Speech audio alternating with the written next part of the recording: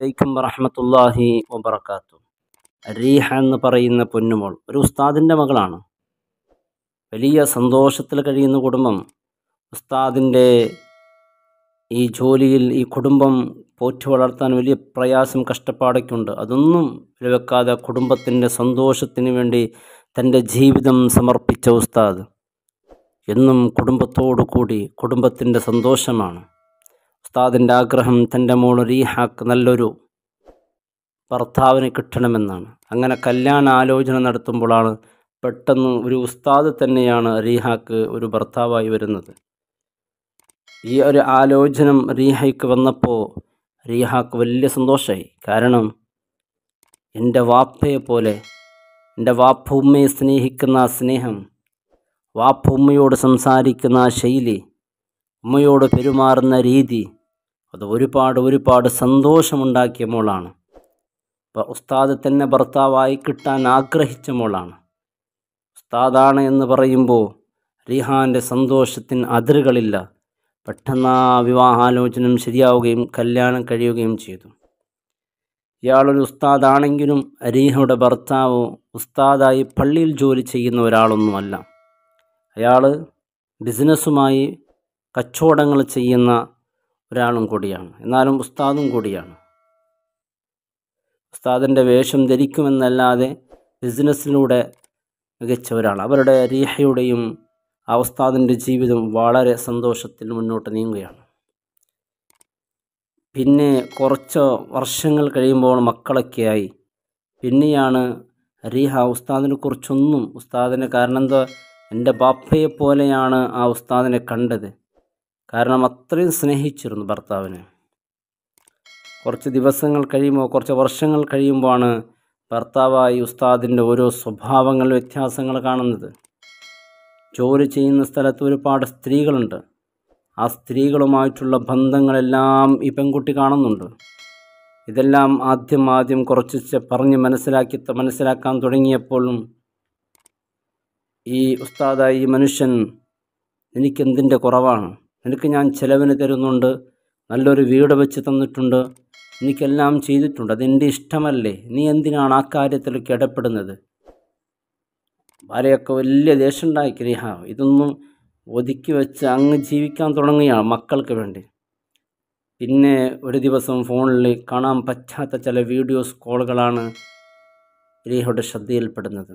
ഒരു പെൺകുട്ടിക്കും സഹിക്കാൻ പറ്റാത്തൊരവസ്ഥയാണ്. അപ്പോൾ ശക്തമായി ഇതിനെക്കുറിച്ച് പറയുകയും വലിയ പ്രശ്നം ഉണ്ടാവുകയും ചെയ്തു. ഇങ്ങനെ നിങ്ങൾ തുടർന്നു പോവുകയാണെങ്കിൽ ഞാൻ ഈ വീട്ടിൽ നിൽക്കില്ല, ഞാനിവിടെ നിന്ന് പോവുകയാണെന്ന് പറഞ്ഞു. പോകുന്നെങ്കിൽ എനിക്കൊരു പ്രശ്നമില്ല എന്ന് പറഞ്ഞു. ഇത് വല്ലാത്ത സങ്കടമുണ്ടാക്കിയവൾക്ക്. ഞാനിവിടെ നിന്ന് പോകുന്നത് പോലും ഇയാൾക്ക് പ്രശ്നമില്ല എന്ന് പറഞ്ഞാൽ ഇയാളുടെ മനസ്സിൽ എനിക്ക് നൽകുന്ന വില എന്താണ്, സ്ഥാനം എന്താണ് എന്നിവൾ മനസ്സിലാക്കി സങ്കടപ്പെട്ട് അങ്ങനെ വീട്ടിൽ നിന്ന് അവൾ തിരിഞ്ഞുപോയി. വാപ്പയോടും ഉമ്മയോട് കഥകൾ പറഞ്ഞു. ഉമ്മയോടും ഉപ്പയോടൊക്കെ പറഞ്ഞപ്പോൾ അവരൊക്കെ സമാധാനിപ്പിച്ച് പറഞ്ഞു, മോളെ നീ ഒരു മക്കൾക്ക് ഉപ്പയില്ലാത്തയാകുമല്ലോ, അതുകൊണ്ടൊന്ന് സഹിച്ചൊക്കെ നിൽക്ക്, വീട് കാര്യങ്ങളൊക്കെ ഉണ്ടല്ലോ, നല്ലൊരു ജീവിതം. അങ്ങനെ ഭർത്താവ് ഫോൺ വിളിച്ചൊക്കെ പറഞ്ഞു, ഞാൻ നന്നായി നോക്കാം, അങ്ങനെ പലതും പറഞ്ഞു.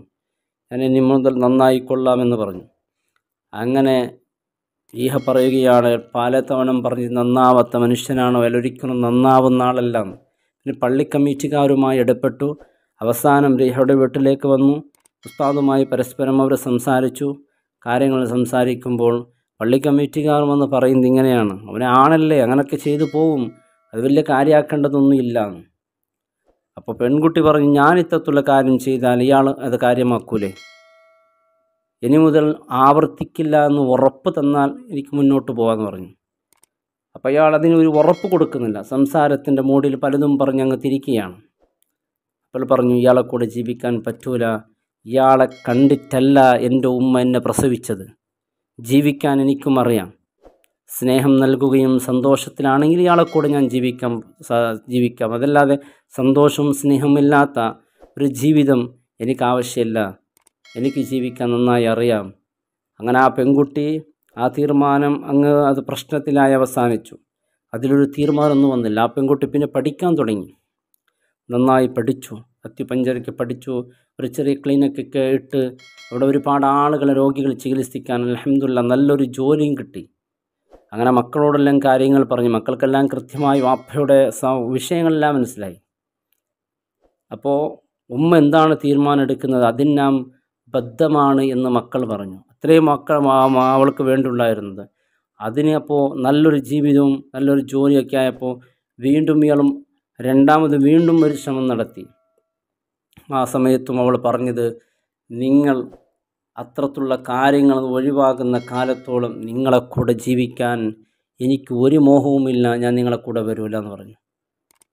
അവസാനം വീണ്ടും പള്ളി കമ്മിറ്റിക്കാർ ഇടപെട്ട സമയത്ത് അയാളോട് ആദ്യം പറഞ്ഞത്, അയാളെ നന്നായി എന്ന് ഉറപ്പ് വരുന്നത് വരെ എനിക്ക് ആ വീട്ടിലേക്ക് പോകാൻ പറ്റില്ല. അവസാനം അത് ഒഴിവാക്കുന്നൊരവസ്ഥയിലേക്ക് എത്തുകയും ചെയ്തു. അപ്പോൾ ഇയാൾ പറഞ്ഞു, ഞാനിപ്പോൾ കേസ് കൊടുത്താൽ മക്കളുടെ ചിലവിൻ്റെ കാര്യമൊക്കെ നിങ്ങൾ നോക്കേണ്ടി വരും. ഞാൻ അതിനൊന്നും മുതിർന്നില്ല.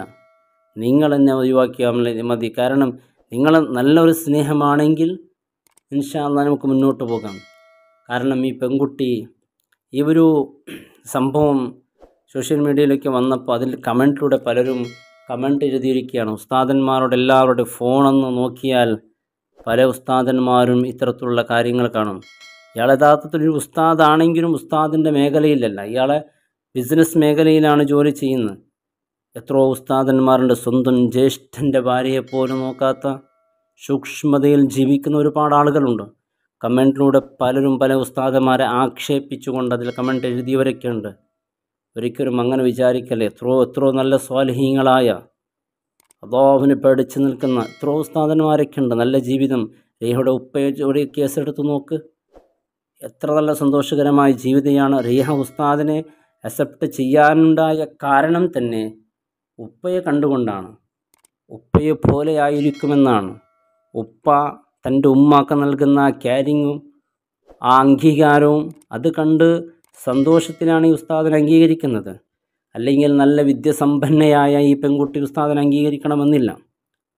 അങ്ങനെ അതിലൂടെ ഒരുപാട് ഉസ്താദന്മാർ ചീത്ത പറയുന്നു.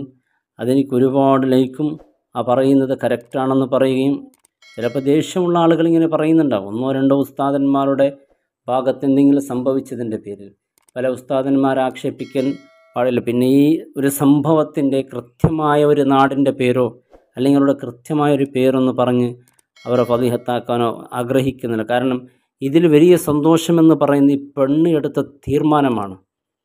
ചില ആളുകൾ ഇത്തരത്തിലുള്ള ഒരു സാഹചര്യം ഭർത്താവിൻ്റെ കയ്യിൽ നിന്നുണ്ടായാൽ ആത്മഹത്യ ചെയ്യാനോ ജീവനൊടുക്കാനോ പോകുന്ന എത്രയോ പെൺകുട്ടികളുണ്ട്. ഒരിക്കലും അങ്ങനെയല്ല. ഈ പെൺകുട്ടിയുടെ തീരുമാനം വളരെ ഇഷ്ടപ്പെട്ടു.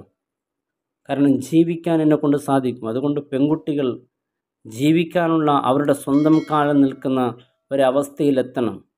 സ്വതന്ത്രനായി ജീവിക്കുന്ന ഒരവസ്ഥയിലെത്തണം.